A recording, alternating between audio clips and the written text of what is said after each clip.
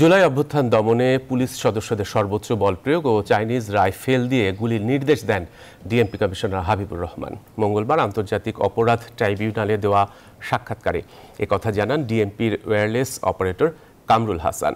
শেখ হাসিনা সহ ৩ আসামির বিরুদ্ধে মানবতা বিরোধী অপরাধের মামলায় সাক্ষ্য দেন তিনি। এদিকে সাক্ষ্য দিয়েছেন সিআইডির ফরেনসিক বিভাগের পুলিশ সদস্য শাহেদ জুবায়ের লরেন্স। এ সময় তিনি জানান, শেখ হাসিনার সঙ্গে বেশ কয়েকজনের ফোন আলাপের ফরেনসিক সত্যতা পাওয়া গেছে। এদিকে আরও 2টি মামলার তদন্ত শেষ করতে সময় বেঁধে দিয়েছে ট্রাইব্যুনাল।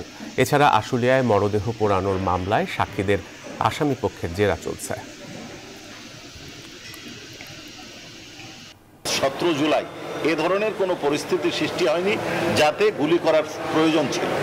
কাজেই এই নির্দেশটা পরিকল্পিতভাবেই দেওয়া হয়েছে। শেখ হাসিনা এবং হাসানুল হক ইনুর বক্তব্য কোনো ক্ষেত্রে 400, কোনো ক্ষেত্রে 1000, কোনো ক্ষেত্রে 1900 পর্যন্ত পার করেছে। অর্থাৎ স্ট্যান্ডার্ড, মিনিমাম স্ট্যান্ডার্ডের থেকে অনেক উপরেই এই স্কোরটা পাওয়া গেছে। বান্ডেল থাকলে প্রতি সেনমানিতে টাকা বাঁচবে।